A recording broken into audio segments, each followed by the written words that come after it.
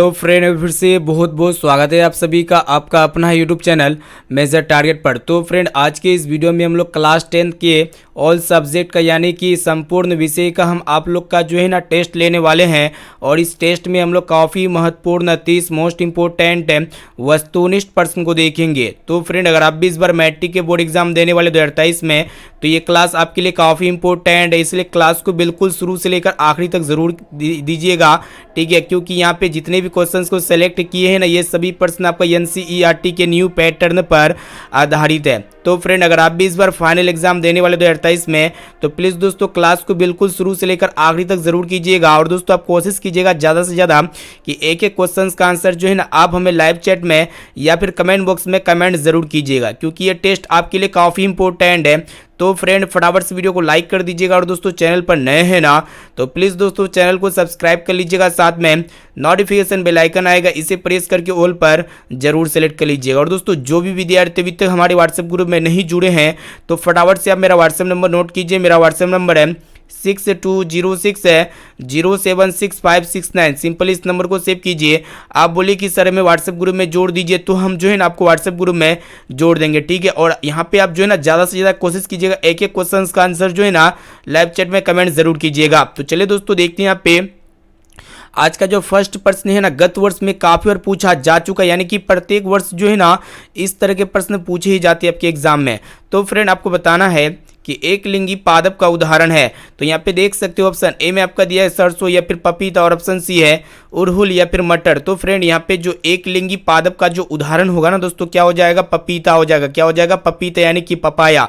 यहाँ पे बी वाला ऑप्शन जो है ना बिल्कुल ही राइट आंसर हो जाएगा। और दोस्तों आपके एग्जाम में एक प्रश्न नहीं पूछे जाते हैं कि द्विलिंगी पादप का उदाहरण है, तो गुलाब का फूल है, साथ में से भी आपको याद होना चाहिए। अब चलिए फ्रेंड देखते हैं यहाँ पे दूसरा नंबर प्रश्न, जो कि आपके बोर्ड एग्जाम के लिए बहुत इंपॉर्टेंट है।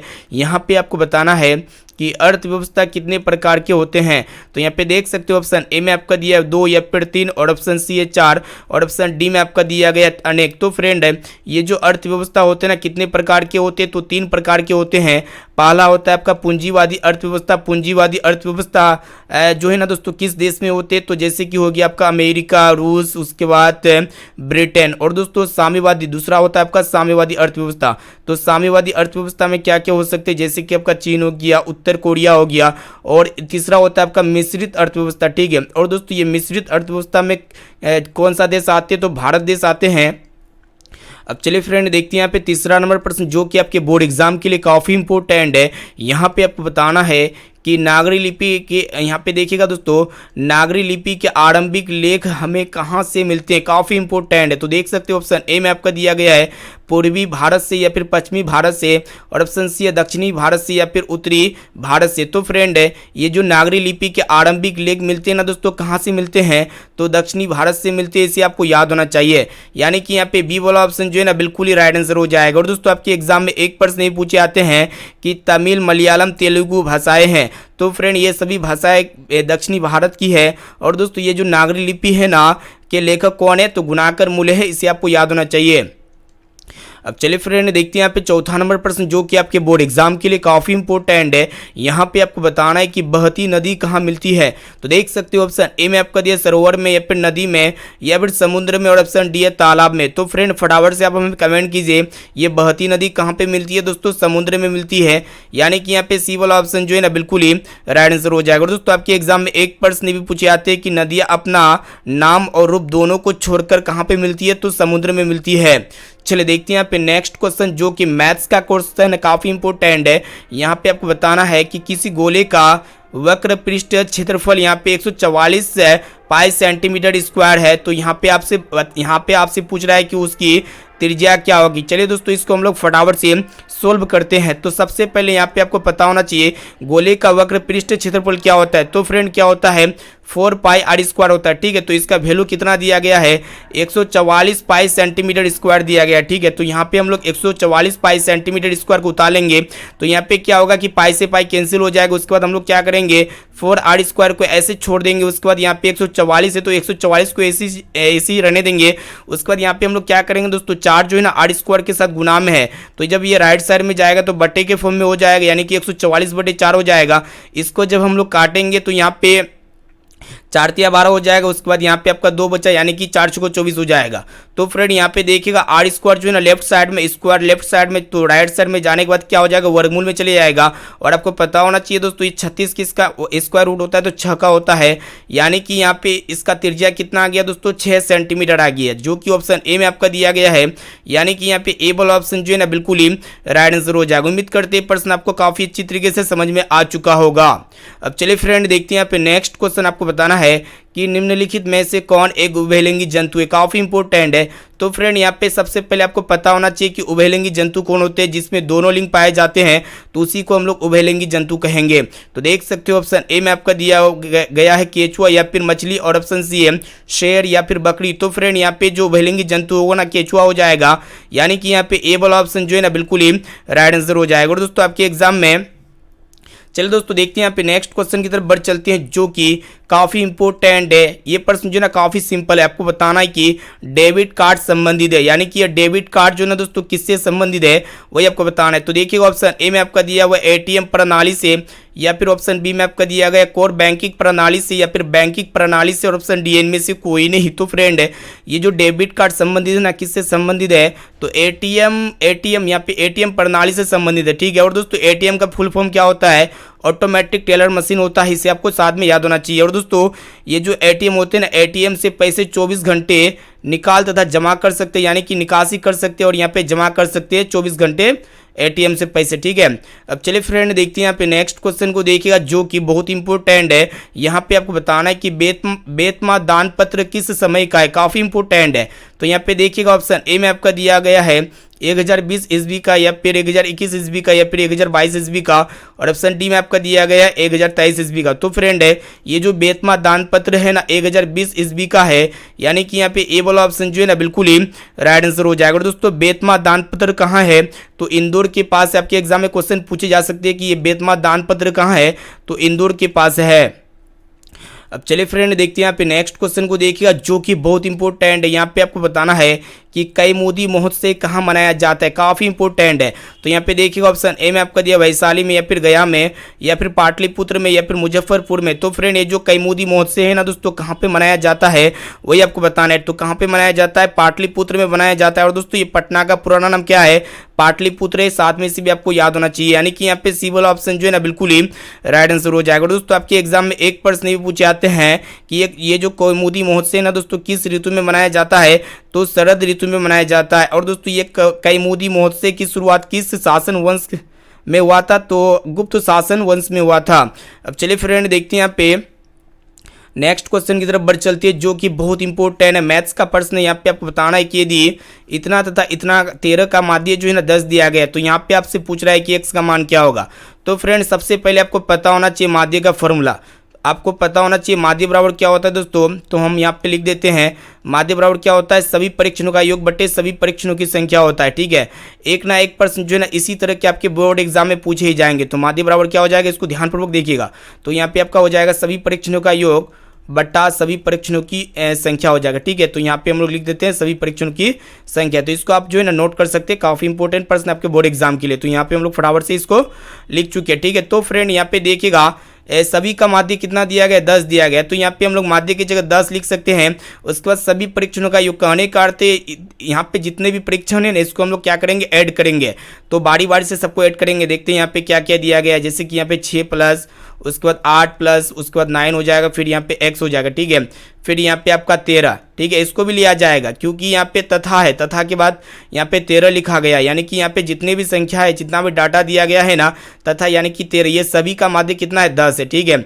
उसके बाद यहाँ पे आप देखिएगा दोस्तों क्या कह रहा है कि सभी परीक्षणों की संख्या, यानी कि टोटल यहाँ पे कितना को परीक्षण है, 1 2 3 4 5, यानी कि टोटल परीक्षण यहाँ पे 5 है, ठीक है। उसके बाद देखिएगा दोस्तों इसको हम लोग क्या करेंगे, तिरछा तिरछी गुना करेंगे, यानी कि क्रॉस मल्टीप्लिकेशन कर देंगे। 5 को जब 10 से गुना करेंगे तो कितना हो जाएगा, 50 हो जाएगा ना।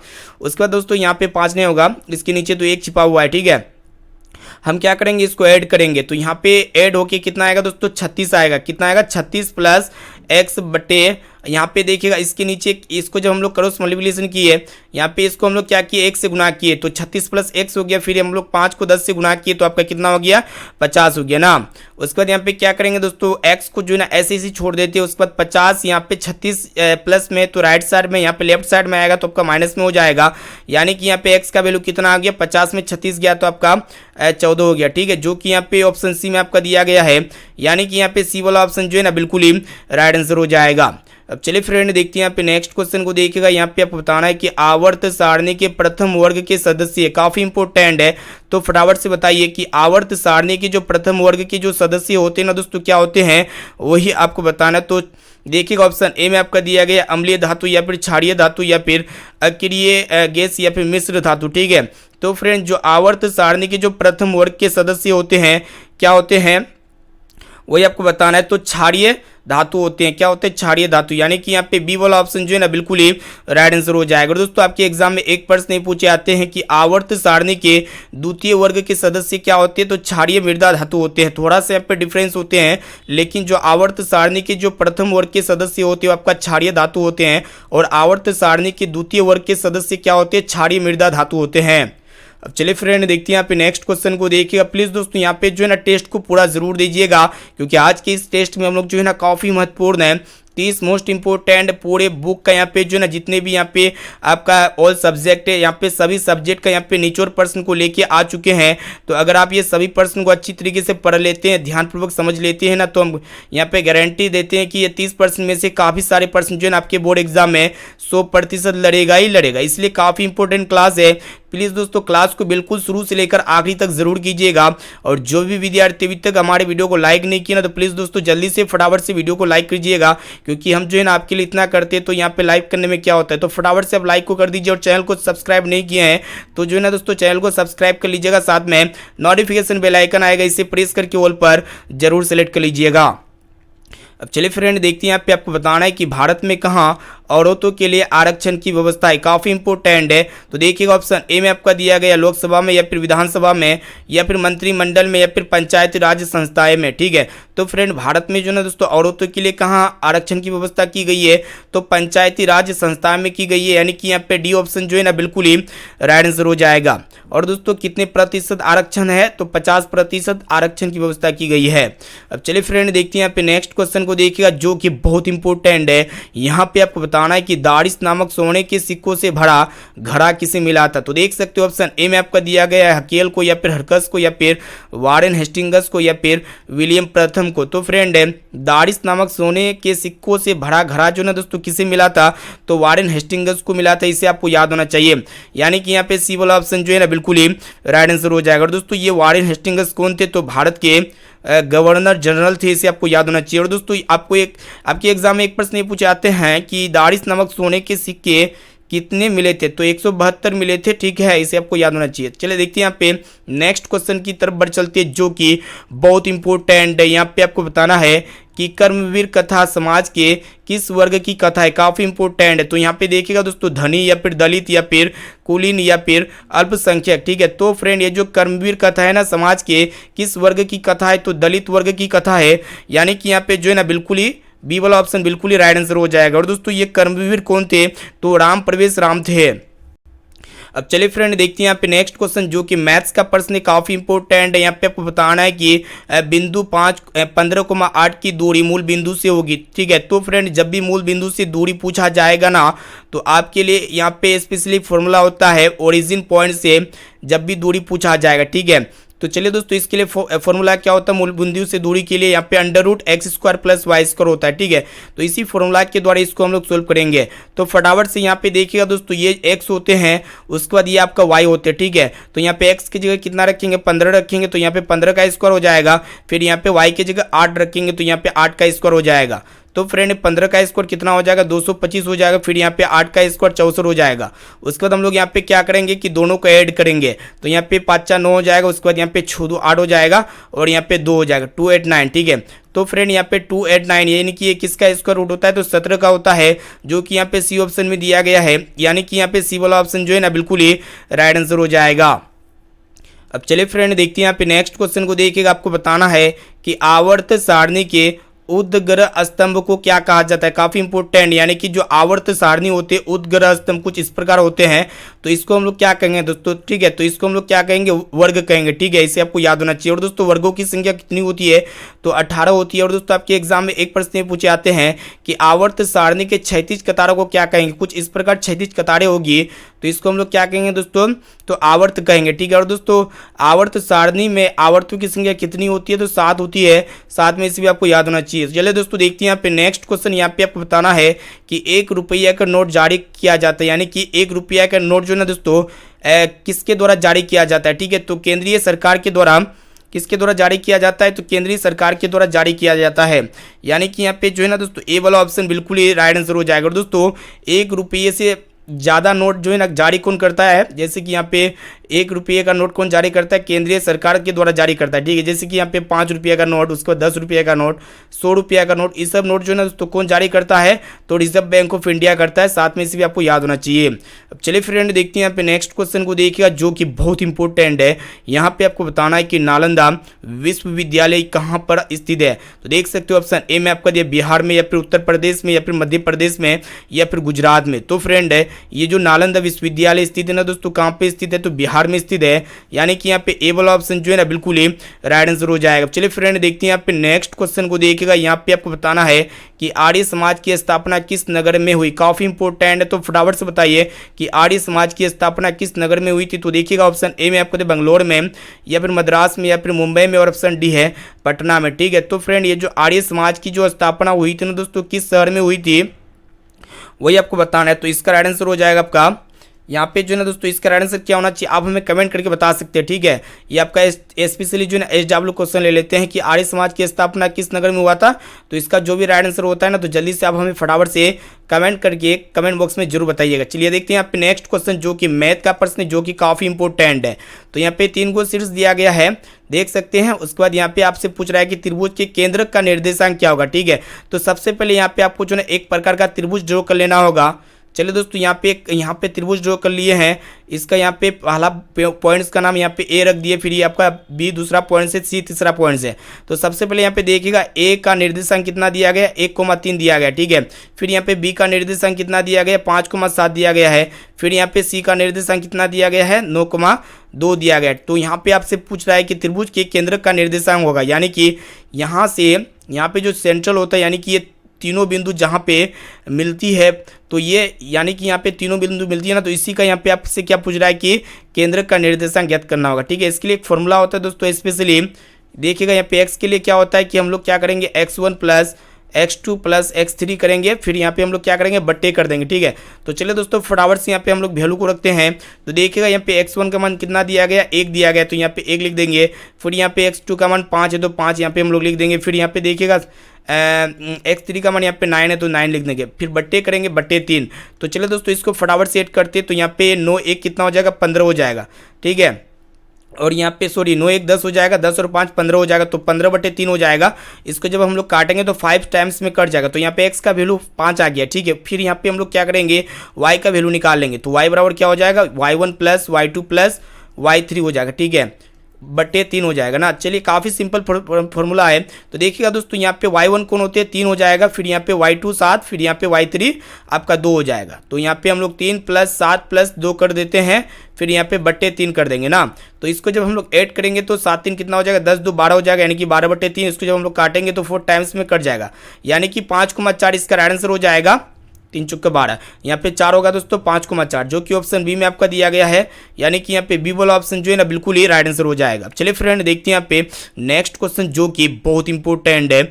यहाँ पे आपको बताना है कि धातुओं के ऑक्साइड होते हैं। तो देखिएगा ऑप्शन ए में आपका दिया हुआ अम्लीय प्रकृति के, या फिर उदासीन प्रकृति के, या फिर क्षारकीय प्रकृति के, इनमें से कोई नहीं। तो फ्रेंड है धातु के जो ऑक्साइड होते हैं ना क्षारकीय प्रकृति के होते हैं, इसे आपको याद होना चाहिए। और दोस्तों धातु के ऑक्साइड किस प्रकृति के होते हैं? तो अम्लीय प्रकृति के होते हैं। चलिए देखते हैं यहाँ पे नेक्स्ट क्वेश्चन। यहाँ पे आपको बताना है कि बिहार में किस जिले का प्रति व्यक्ति आय सबसे कम है? काफी इंपॉर्टेंट है, तो फटाफट से बताइए कि बिहार के किस जिले का प्रति व्यक्ति आय सबसे कम है? तो फ्रेंड है ये सीहोर जिले का प्रति व्यक्ति आय क्या है? सबसे कम है। और दोस्तों आपके एग्जाम में एक प्रश्न ये पूछे जाते हैं कि बिहार में किस जिले का प्रति व्यक्ति आय सबसे ज्यादा यानी कि सर्वाधिक है? तो पटना जिले का प्रति व्यक्ति आय जो है दोस्तों सबसे ज्यादा है।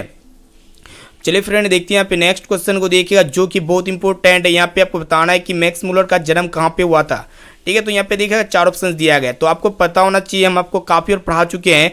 ये जो मैक्स मुलर जी थे ना दोस्तों, इसका जन्म कहाँ पे हुआ था, तो जर्मनी में हुआ था। ठीक है, जर्मनी के डेस वायु में, यानी कि यहाँ पे बी ऑप्शन जो है ना बिल्कुल ही राइट आंसर हो जाएगा। चलिए फ्रेंड देखते हैं यहाँ पे नेक्स्ट क्वेश्चन को देखिएगा, जो कि बहुत इंपॉर्टेंट है। यहाँ पे आपको बताना है कि सूर्यपुत्र कौन था। ठीक है, तो देखिएगा यहाँ पे ऑप्शन ए में आपको दे भीम या फिर अर्जुन या फिर कर्ण, और ऑप्शन डी है युधिष्ठिर। ठीक है, तो फ्रेंड ये जो सूर्य थे ना कौन थे, वही आपको बताना है। तो कौन थे, तो यहाँ पे ऑप्शन सी में आपका दिया कर्ण, यानी कि सूर्यपुत्र कौन थे दोस्तों, कर्ण थे। इसे आपको याद होना चाहिए। ठीक है, चलिए देखते हैं यहाँ पे नेक्स्ट क्वेश्चन, जो कि मैथ का प्रश्न है, और इस तरह के प्रश्न भी जो है ना आपके बोर्ड एग्जाम में पूछे ही जाएंगे। तो देखिएगा यहाँ पे 2 पॉइंट्स दिया गया है, आपसे पूछ रहा है कि किस पाद में स्थित है, यानी कि कौन सा चतुर्थांश में स्थित है। तो सबसे पहले यहाँ पे हम क्या करेंगे, एक सिंपल सा काटते तल ड्रॉ कर लेते हैं। ठीक है, कुछ इस प्रकार हम लोग ड्रॉ कर लेंगे।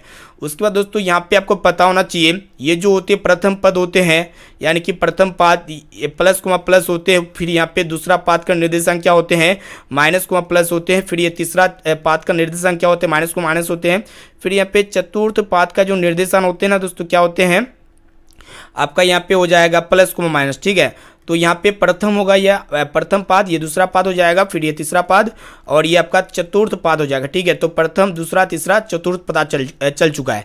तो यहाँ पे देखिएगा दोस्तों, बिंदु 2√3, इससे पहले क्या छिपा हुआ, माइनस प्लस छिपा हुआ है। ठीक है, और यहाँ पे प्लस को माइनस कौन सा चतुर्थांश में होता है, देखिएगा दूसरा चतुर्थांश में होता है, मतलब चतुर्थांश में होता है प्लस को माइनस, जो कि यहाँ पे कौन सा ऑप्शन डी में दिया गया, ऑप्शन डी में आपका दिया चतुर्थ पाद, यानी कि यहाँ पे डी ऑप्शन जो है ना बिल्कुल ही राइट आंसर हो जाएगा। तो यहाँ पे आप याद रखिएगा, प्रथम चतुर्थांश का जो निर्देशांक होता है प्लस को प्लस होता है। उसके बाद यहाँ पे दूसरा चतुर्थांश का निर्देशांक क्या होता है, माइनस को प्लस, तीसरा का होता है माइनस को माइनस, और यहाँ पे चौथा का होता है प्लस को माइनस। तो उम्मीद करती है आपको समझ में आ चुका होगा काफ़ी अच्छी तरीके से। अब चलिए फ्रेंड देखते हैं यहाँ पे नेक्स्ट क्वेश्चन, जो कि काफ़ी इंपॉर्टेंट है। यहाँ पे आपको बताना है कि निम्नलिखित में कौन अधातु है। तो यहाँ पे अधातु पहचान है। तो फ्रेंड यहाँ पे कार्बन एक प्रकार का अधातु होते हैं, और दोस्तों कार्बन के क्या क्या अपरूप हो सकते हैं, जैसे कि आपका हीरा हो गया, उसके बाद यहाँ पे ग्रेफाइट हो गया, ये सब क्या होते हैं, कार्बन के अपरूप होते हैं। और एक भी होती है आपका फ्लोरीन। ठीक है, ये सब क्या होते हैं, कार्बन के अपरूप होते हैं। चलिए देखते हैं यहाँ पे नेक्स्ट क्वेश्चन, जो कि बहुत इंपॉर्टेंट है। यहाँ पे आपको बताना है कि लोकतंत्र में, यहाँ पे देखिएगा दोस्तों, कि लोकतंत्र में सरकार किसके प्रति उत्तरदायी होती है, काफ़ी इंपॉर्टेंट है। तो फटाफट से आप हमें कमेंट करके बता सकते हैं। ठीक है, तो लोकतंत्र में सरकार जो होती है ना दोस्तों, किसके प्रति उत्तरदायी होती है, तो जनता के प्रति उत्तरदायी होती है, यानी कि यहाँ पे बी ऑप्शन जो है ना बिल्कुल ही राइट आंसर हो जाएगा। चलिए फ्रेंड देखते हैं यहाँ पे नेक्स्ट क्वेश्चन की तरफ बढ़ चलते हैं। यहाँ पे आपको बताना है कि पंत को किस रचना पर ज्ञानपीठ पुरस्कार प्राप्त हुआ, काफ़ी इंपॉर्टेंट है। तो फ्रेंड ये पंत जी को जो है किस रचना के आधार पर ज्ञानपीठ पुरस्कार प्राप्त हुआ था, तो यहाँ पे देखिए ऑप्शन ए में आपका दिया गया है चिदंबरम, यानी कि यहाँ पे जो है ना ए वाला ऑप्शन बिल्कुल ही राइट आंसर हो जाएगा। चलिए फ्रेंड देखते हैं यहाँ पे नेक्स्ट क्वेश्चन को देखिएगा, जो कि बहुत इंपॉर्टेंट है। यहाँ पे आपको बताना है कि क्रिया के बिना क्या भार है, यानी कि क्रिया के बिना क्या भार है। तो यहाँ पे ऑप्शन ए में आपका धन या फिर दौलत का या फिर सामान का या फिर ज्ञान का। तो फ्रेंड क्रिया के बिना क्या भार है, तो ज्ञान भार है, यानी कि यहाँ पे डी ऑप्शन जो है ना बिल्कुल ही राइट आंसर हो जाएगा। चलिए फ्रेंड देखते हैं यहाँ पे आज का लास्ट और अंतिम प्रश्न, जो कि बहुत इंपॉर्टेंट है।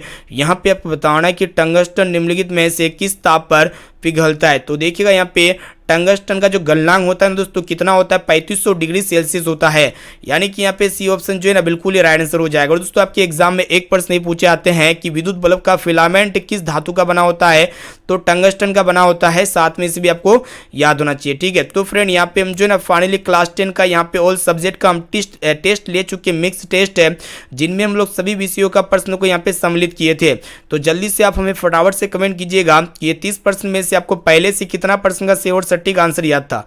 इसका जवाब जो ना दोस्तों इसी वीडियो में आप हमें ईमानदारी से जरूर बताइएगा। ठीक है, इससे हमको पता चलेगा कि आपका तैयारी काफ़ी अच्छी तरीके से चल रही है। अगर आपका यहाँ पे 30 में से 25 सही हो जाता है ना, तो हम समझ जाएंगे कि आपका तैयारी अच्छी तरीके से चल रही है। ठीक है, अगर 25 से यहाँ पे कम सही होता है, तो हम समझ जाएंगे आपका तैयारी थोड़ा यहाँ पे ढीला है, आपको तैयारी करने की और भी आवश्यकता है। ठीक है, तो जो भी विद्यार्थी अभी तक वीडियो को लाइक नहीं किए तो जल्दी से आप फटाफट से वीडियो को लाइक कर दीजिए। और दोस्तों चैनल पर नए हैं ना तो प्लीज़ दोस्तों चैनल को सब्सक्राइब कर लीजिएगा, साथ में नोटिफिकेशन बेल आइकन आएगा, इसे प्रेस करके ऑल पर जरूर सेलेक्ट कर लीजिएगा। और दोस्तों जो भी विद्यार्थी अभी तक हमारे व्हाट्सएप ग्रुप में नहीं जुड़े हैं तो जल्दी से फटाफट से आप मेरा व्हाट्सएप नंबर सेव कीजिए।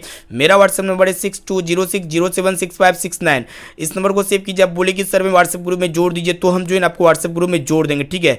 व्हाट्सएप ग्रुप में जुड़ने के बाद ही आपको पता चलेगा व्हाट्सएप ग्रुप में जुड़ने का क्या बेनिफिट्स होगा, ठीक है। और इनके साथ साथ यहाँ पे SW क्वेश्चंस का भी आंसर बता देना है। इसी वीडियो में एक प्रश्न हम सेलेक्ट किए तो उसका भी आंसर भी बताना है। और इनके साथ साथ हिंद चीन पर पहुंचने वाले प्रथम व्यापारी कौन थे, तो इसका आंसर जो भी लगता है ना तो जल्दी से यही कमेंट बॉक्स में लाइव चैट में भी बता सकती है, लेकिन यहाँ पे कमेंट सेक्शन में जाके बताइएगा तो यहाँ पे काफी बेनिफिट्स मिलेगा। और यहाँ पे आप जो ना वीडियो को लाइक नहीं करते तो यहाँ पे जल्दी से फटाफट से वीडियो को लाइक कीजिए और इस वीडियो को अपने सोशल मीडिया प्लेटफॉर्म में ज़्यादा से ज़्यादा शेयर कीजिए ताकि वो भी जो है ना बोर्ड एग्जाम की तैयारी काफ़ी अच्छी तरीके से कर सके। तो फ्रेंड फिर मिलते हैं यहाँ पे 9 बजे वाले क्लास में, धमाकेदार क्लास होगी। और यहाँ पे क्लास का टाइम को नोट कर लीजिए, जो भी विद्यार्थी नए हैं तो यहाँ पे डेली मॉर्निंग टाइम में 6 बजे क्लास होगी। कल से जो ना डेली 6 बजे क्लास होगी मॉर्निंग टाइम में, ठीक है। और यहाँ पे 9 बजे रात में क्लास होती है और यहाँ पे 6 बजे शाम में क्लास होती है और यहाँ पे 1 बजे दोपहर में क्लास होती है। तो यहाँ पे चारों क्लास को जो है ना आपको बिल्कुल शुरू से लेकर आखिरी तक करते हुए जाना है, ठीक है। तो फ्रेंड फिर मिलते हैं यहाँ पे अगले क्लास में। आज के लिए इतना ही। जय हिंद, वंदे मातरम।